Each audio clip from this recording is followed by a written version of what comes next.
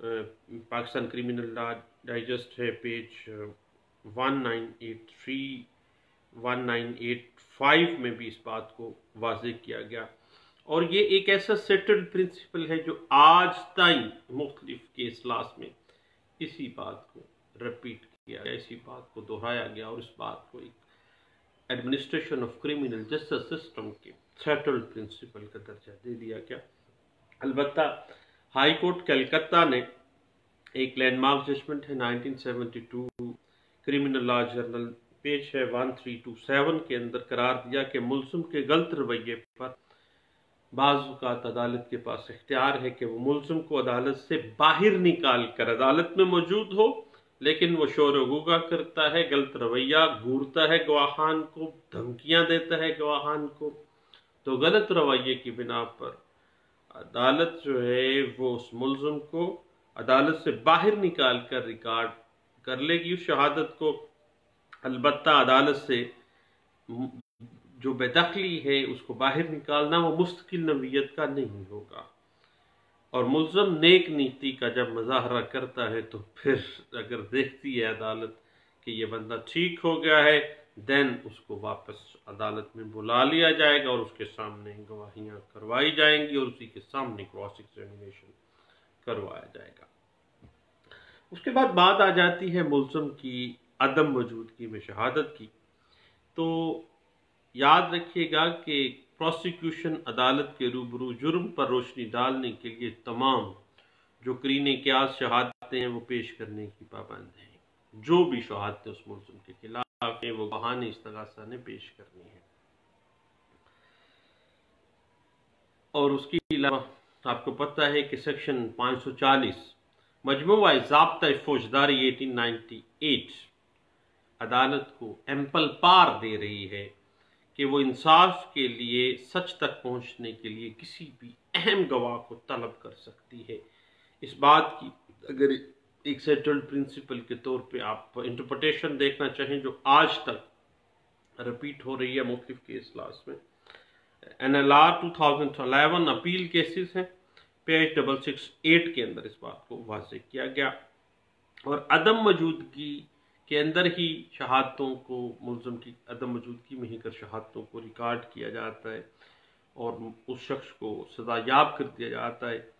تو سزا یاب شخص کو یا تو خود کو ملزم سماعت کے روبرو پیش کرنے کا اور اثر نو سماعت کرنے کا صدا کرتی ہے، اور عدالت اپیل میں اپیل دائر کرنے کا حق اس ملزم کا ہے کہ چونکہ شہادت اس کی غیر موجودگی میں ریکارڈ کی گئی، کراس اس کی غیر موجودگی میں ہوا ہے، اور عدالت اپیل میں بھی وہ اپیل دائر کرنے کا حق ہوتا ہے کہ اگر وہ سمجھتا ہے کہ اس کی عدم موجودگی میں اس کے خلاف جو قلم بند کردہ شہادت ہے وہ منصفانہ سزا ثابت نہیں کرتی، تو دین جو ملزم ہے وہ اپیل دائر کرنے کا اس کو حق ہے، تاکہ جو فیصلہ ہے وہ انصاف کے بنیادی تقاضوں کو مد نظر رکھتے ہوئے کیا جا سکے۔ اس بات کے اوپر پاکستان سپریم کورٹ کی ایک لینڈ مارک ججمنٹ ہے 2009 SCMR پیج 808 میں اس بات کو بڑے اچھے انداز سے انٹرپریٹ کیا گیا تھا۔ یاد رکھیے گا کہ ایک ٹرائل کورٹ کو ملزم کی عدم موجودگی میں تمام گواہان کی شہادت قلم بند کرنے کے اوپر یقین کرنے کا اختیار دیا گیا ہے، بشرطے کہ ایک ملزم کی گرفتاری پر مذکورہ گواہ مردہ پایا گیا ہو یا شہادت دینے کے قابل نہ ہو، یا بہت زیادہ رقم خرچ کیے بغیر یا تاخیر کے بغیر اس کی حاضری کا حصول نہ ہو سکتا ہو۔ اور آپ کو پتہ ہے کہ سیکشن 353 سیکشن 512 مجموعہ ضابطہ فوجداری، اس کے علاوہ آرٹیکل 46 قانون شہادت آرڈر 1984 جو ڈائنگ ڈیکلریشن کو انٹرپریٹ کر دیتی ہے، اور سیکشن 353 CRPC کے جو احکامات ہیں یہ مینڈیٹری نوعیت کے ہیں کہ شہادت ملزم کی موجودگی میں قلم بند کی جانی چاہیے، ما سوائے جب ملزم کو اصالتاً حاضری سے استثناء دیا گیا ہے یا ملزم بذریعہ وکیل وہ پیش ہو رہا ہے۔ اس کے پیچھے منطق کچھ بھی نہیں ہو سکتی ماں سوائے یہ کہ ملزم کی طرف سے نقصان ہونے کے بعد عذر کے تمام احکامات کو ختم کرتے ہوئے ملزم کو اپنا ڈیفنس کرنے کا مکمل اور منصفانہ موقع فراہم کیا جا سکے۔ اس بات کی اگر آپ انٹرپریٹیشن دیکھنا چاہیں تو 2013 PCRLJ پیج 244 میں اس بات کو انٹرپریٹ کیا گیا تھا۔ اور اس کے بعد یاد رکھیے گا کہ کسی کرمنل کیس کے اندر گواہان کی شہادت ملزم کی موجودگی میں اگر قلم بند نہیں کی گئی بلکہ استغاثہ کی طرف سے ان کو اختیار دیا گیا تھا اور ٹرائل کورٹ نے ملزم کے خلاف شہادت میں مذکورہ نقول کو قبول کر لیا تھا، اور ٹرائل کورٹ نے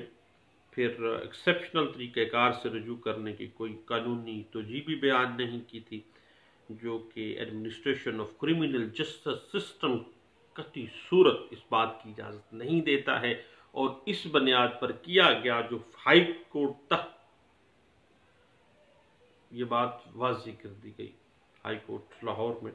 کہ قطعی صورت ایسا فیصلہ جو ہے وہ انصاف کے تقاضوں کو مد نظر رکھتے ہوئے نہیں کیا گیا ہے، اور اس بنیاد کے اوپر ہی ملزم کو بری کر دیا گیا تھا۔ اس بات کی اگر آپ انٹرپریٹیشن دیکھنا چاہیں تو 2013 PCRLJ پیج 244 میں اس بات کو انٹرپریٹ کیا گیا۔ آپ کو پتہ ہے کہ سیکشن 353 مجموعہ ضابطہ فوجداری کے جو احکامات ہیں وہ مینڈیٹری نوعیت کے ہیں، اور ملزم کی عدم موجودگی میں گواہان استغاثہ کی شہادت لینے سے جو مقدمے کی سماعت ہے، جو ٹرائل ہے،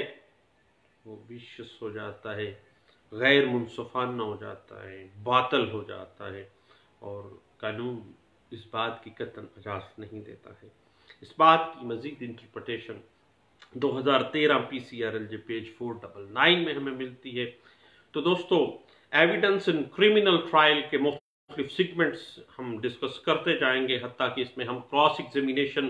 مختلف پہلوؤں کے ساتھ اس میں دیکھیں گے۔ دعاؤں میں یاد رکھیے گا اور ان ٹچ رہیے گا۔ کوشچن ہو آپ مجھے ان باکس کیجیے گا، واٹس ایپ کیجیے گا، میسج کیجیے گا، انشاءاللہ گپ شپ لگتی رہے گی، اور قانون کے مختلف پہلوؤں پہ میرے جیسا نالائق بندے کو آپ لوگ گائیڈ کرتے رہیں گے، اور انشاءاللہ ہم اس حوالے سے ایزی لینگویج میں ایزی سی بات کے ساتھ ہم بات کرتے رہیں گے۔ اور یوٹیوب میں میرا جو چینل ہے اس کو اچھا نہیں لگتا لیکن پھر بھی سبسکرائب کر لیجئے گا۔ لا لیکچرز کا نام اس کو دیا گیا اس وجہ سے دیا گیا ہے کہ سرچ کرنے میں آسانی ہو، ادروائز لیکچرز والی تو بات ہی کوئی نہیں ہے، کوئی معیار نہیں ہے، ایک ایزی گپ شپ ہے، اور دعاؤں میں یاد رکھیے گا۔ تھینک یو، اللہ حافظ۔